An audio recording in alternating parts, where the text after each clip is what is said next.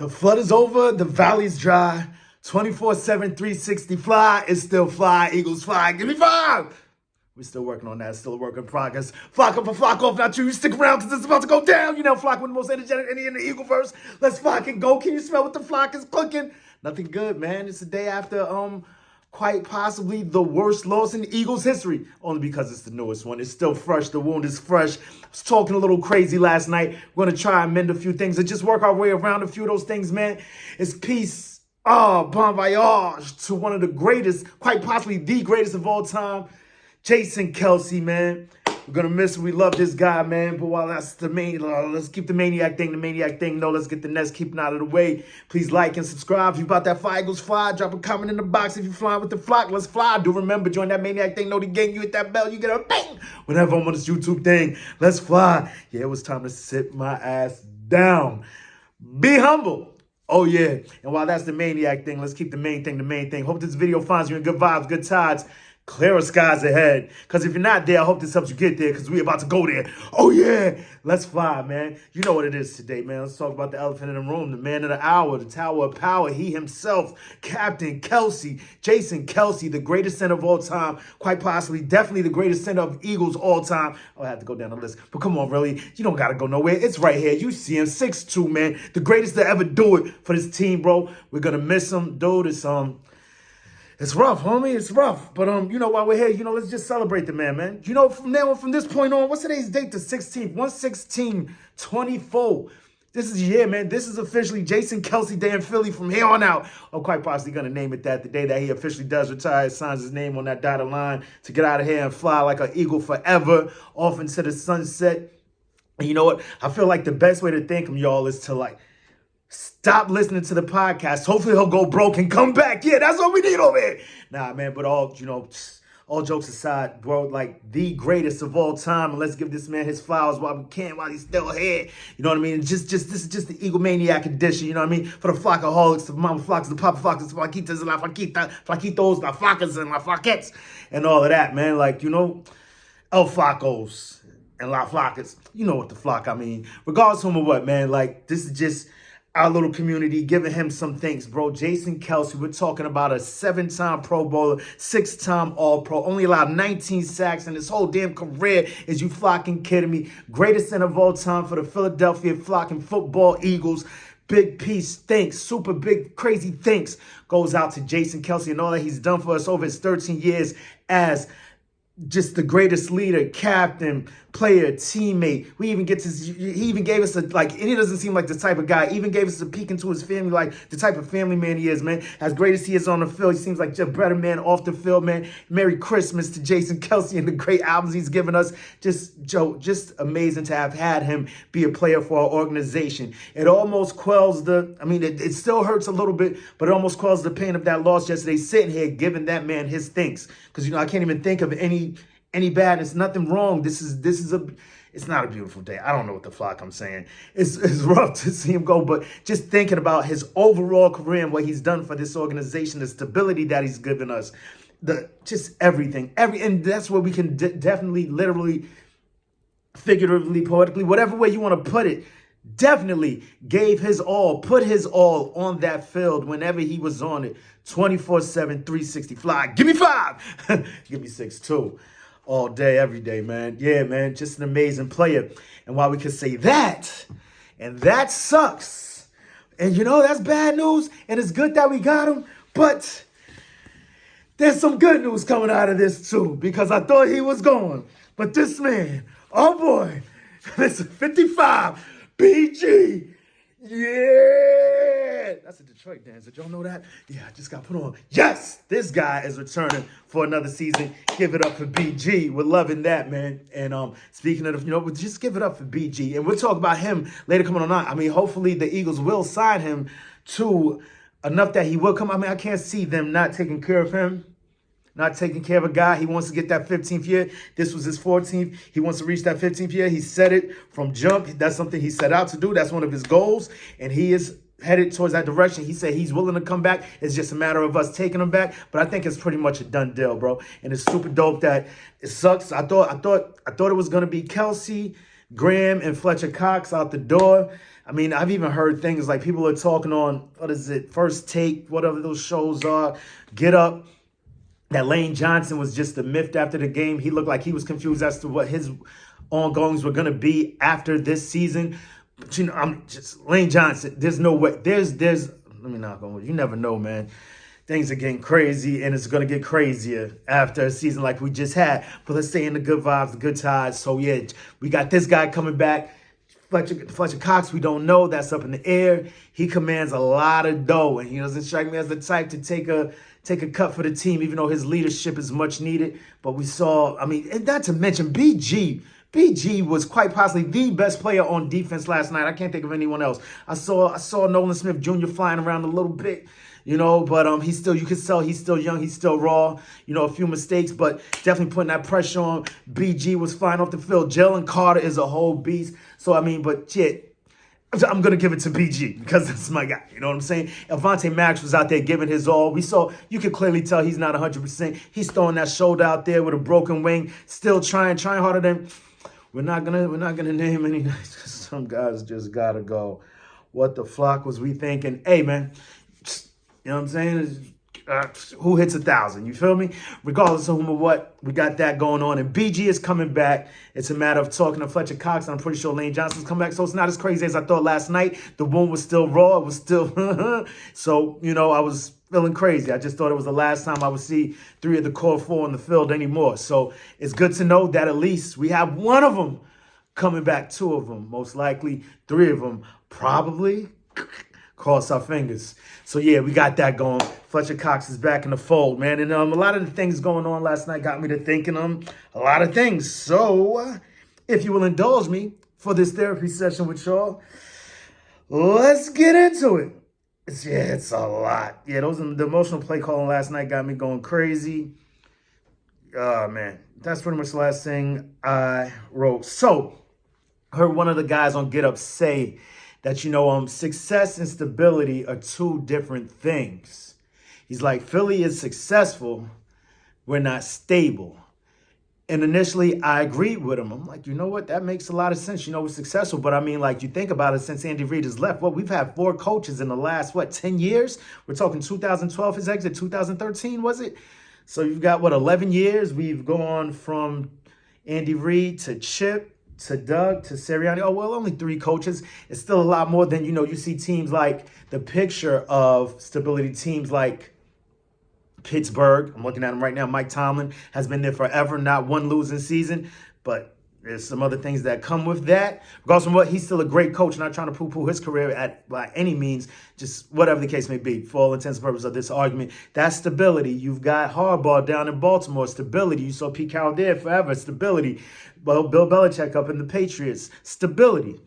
Like, damn, if coaches are the mark of stability, it's keeping the same coach. I mean, I don't know. And I just a few things crossed my mind, So maybe I was thinking maybe it's something systemic that has hindered our success this year. But then I realized that I'm looking at it from a micro view, not so much a macro view, which a lot of us are doing right now because, like I said, once again, the wound is fresh. We're feeling crazy. We're feeling beside ourselves. We're feeling upset. We're feeling the utmost disappointment, like craziness. 10-1 and to not win a wild card game is pretty damn wild.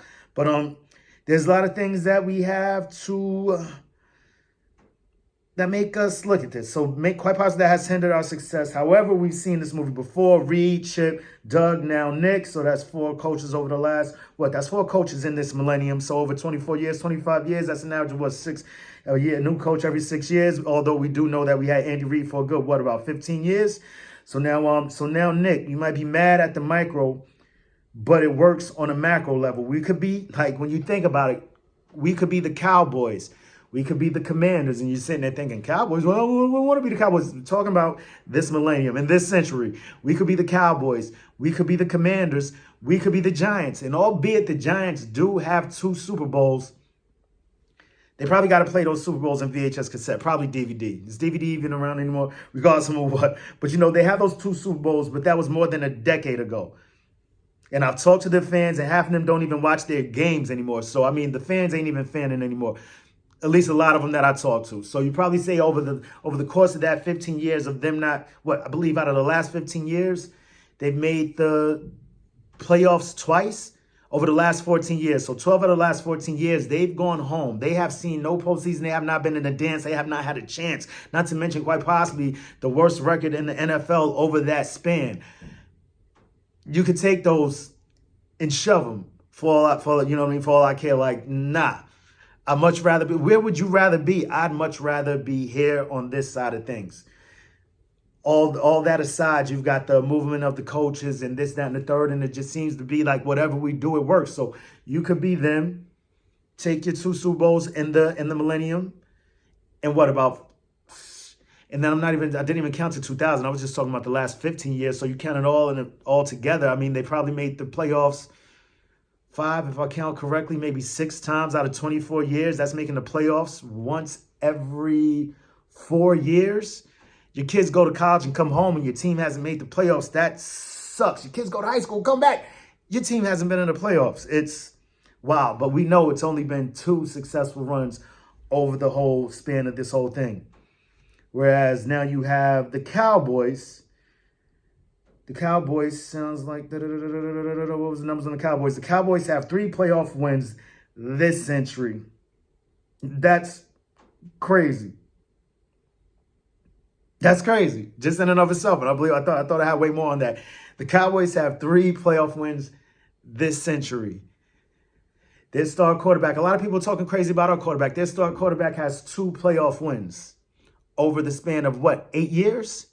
Our guy's been here 4 years. 3 years starting, 2 playoff wins, and a Super Bowl appearance. They have none of that. They have no Super Bowl appearance over that whole span. They have three playoff wins over the span of damn near 30 years.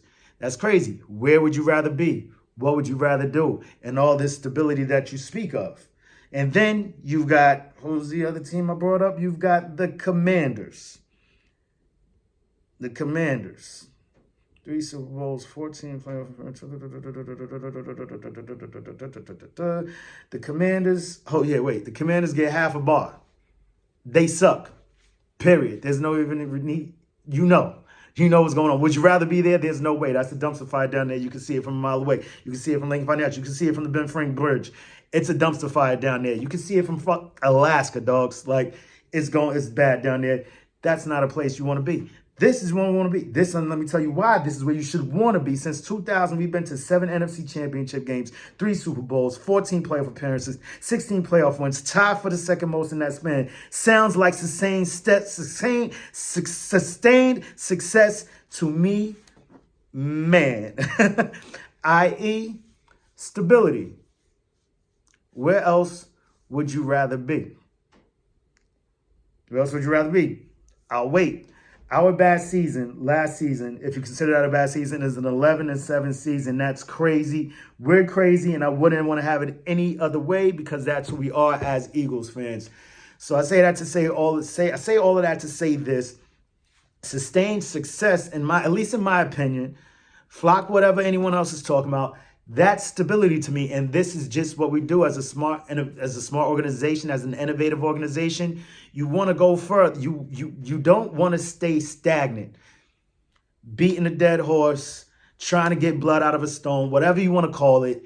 Doing the same thing over and over again, looking for a different result is a sign of insanity. And I know what you're going to say. This season was completely insane. We saw from week 1 on. I remember the game 1 against the Patriots like it was yesterday, clearly seeing that something was completely off with that defensive backfield. And I thought it was something that we would show up over as the season went along. And I felt like we were on our way there. But then that switch in defensive coordinators, which is want for us to do sometimes, just not staying the same. But I feel like Desai was getting there. It might have been too much, but it makes me think a little bit.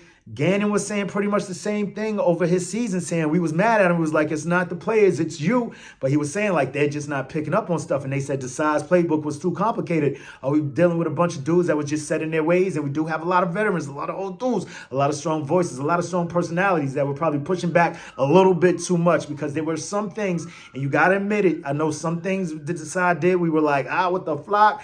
But some things you got to admit, we're looking like, okay, they were innovative, they were different, we were coming up, we were playing press, we were backing off, we were playing match zones and all kinds of things. And, maybe it was just a paralysis by analysis, too much for the guys to take on in such a short amount of time. Maybe should have tempered it back a bit. Who knows? We'll never know because he's probably pretty much gone. However, I just feel like we're the type of organization, forget what you're saying about 3 coaches in 10 years. It's been successful every time we've done it. And a few days ago, I was completely against this. Nick Sirianni is my guy. I ride with him. But after what I saw last night, I feel like it will be hard for him to keep a locker room. But there's one thing that I do know, as much as we may want him gone, and we know that our owner don't play no games, Jeff Steban-Laurie, and how E is going to bust stupid dope moves because he works for Jeff Steban. You feel me? And that's just what we do.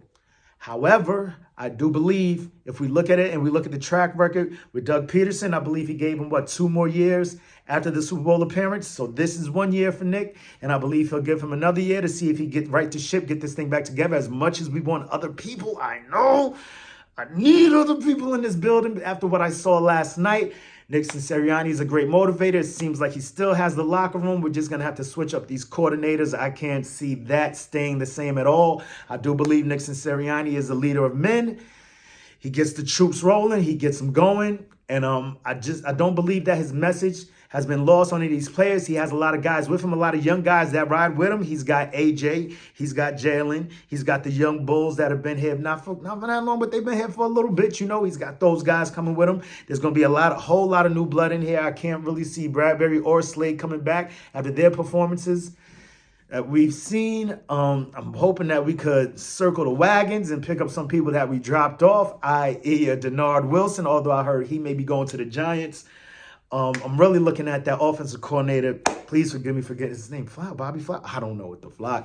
I'm looking at that guy. If we were to make a change, because I know he's not making a lateral move from OC to OC, especially being that team has been more successful than we have this season. So I could see him, if we were to move on from Sirianni, to go and give him a call. However, there are guys out there like Belichick, guys out there like Harbaugh. People are saying, where would you rather go if you were Belichick? One dude said, Dallas, just because I guess he was blinded by the stars, probably got hit over his head, seen a few stars. Then another guy said, you got to be the Eagles because the problems that the Eagles have can be fixed. However, the problem that the Cowboys have is the owner, and that's not changing. That's the guy that signs the checks. So at least in my estimation, the more attractive job, if there was any, not necessarily, because, people go to different places for different reasons. Some people may like the glam and glitz of Dallas, and some people may like the rough and tough of Philly, and and the stability, the stability and the sustained success that we've had over here on this side. Although some guys may look at the Dallas job as a challenge and say, you know what, I want to be the guy. This is an ego-driven thing. I'm an ego man. This is an ego-driven thing, for some people, and they may want to go there and right the ship and say they were the one that did it. They were the ones that got the Cowboys back to prominence. Not as long as let me chill. But it's about us today, and I can see that whichever way you want to go. But in my opinion, I believe our place is the more attractive place to go. And Belichick, some people may say, well, this dude's like 70-something years old, and how long can he be here? Well, if that's the case, and if what I said rings true, it does fit the mold of what we do. The guy is the type of guy who'll be here for 3 years and bow out, but get this defense right. Belichick is a guy that could do that, bring toughness back into this building, which is, I believe, something Nick may have to do in the offseason, kind of rethink his philosophy as far as that, keeping guys back, holding them back to keep them from injury, because we see that did not work, and it definitely kept them from tackling. So we may have to reimagine a few things going forward. For Nick Sirianni is the guy to do it. I'm here for my team 100%. Like I said all the time, 24/7, 360 fly. We fly. Give me 5. So corny, but I'm going to ride with it because it's cracking me up. But we've got that going. Quite possibly Belichick could be the deal for us. And if there was a defensive coordinator out there, from what I'm hearing through the grapevine, optimistic Giants fan, my boy Dan, he's talking about Wink Martindale. He made them cross out the part of his contract that kept him from exploring jobs with other teams in the NFC East. And you know what? They bent over, gave him what he wanted. because they just wanted him out of that building. So some people, I've heard from other Giants fans telling me that, he's not going to make a lateral move from defensive coordinator to defensive coordinator. But however, the unceremonious way that he left the Giants may lend other owners to look at him and be like, nah, bro, you ain't ready for this yet. Even though what other coach would want to bring him in, being that he's a guy in the background trying to steal Brian Daboll's job, So who knows? I don't care. Get this defense right, whatever way you can. We need to bring more toughness. We need to bring a more attack mind state. But then it lends me to believe, as I track back, even while I'm saying it, I think, Jim Johnson was one of the most attacking. So I don't know. Is it like a philosophical thing? Is it a Howie thing that we just don't attack the way we used to attack? It's a bend, don't break philosophy, and it's just an organizational thing. These are the two things that you got to check off at before you sign on with the Eagles. You have to run the jet sweep and you have to bend but don't break. These are the two things that you have to check, because that seems to be our identity over the last few years. That damn jet sweep and the bend but don't break defense. We've seen that even with Jim Schwartz. Now, all of that, I could say all of that and be upset about all of that. The thing is, if you look at it, it works. We've been to 2 Super Bowls over the last 6 years. And if you could give me a Super Bowl every 5 years, on once every 5 year clip, I'll sign up for it. So, we could be mad, we could be upset on a micro, but on the macro, what our organization does work. And you know what? I'm with it. If you're not, you're not. But like I said, and I can't stop it, 24/7, 360 fly. We fly, Eagles fly. Give me 5. Let's fucking go. And that's all I got to say about this, man. Welcome back, BG. Peace out to Kelce.